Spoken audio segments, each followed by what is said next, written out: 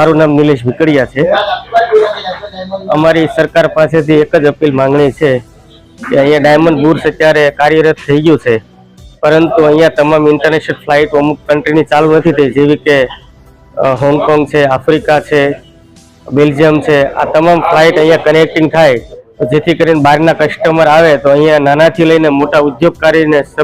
બધાને ફાયદો થાય, તો આ ઇન્ડસ્ટ્રી આગળ ગ્રોથ કરે તો તમામ ઇન્ટરનેશનલ ફ્લાઇટ ચાલુ થાય એ અમારી માંગણી છે।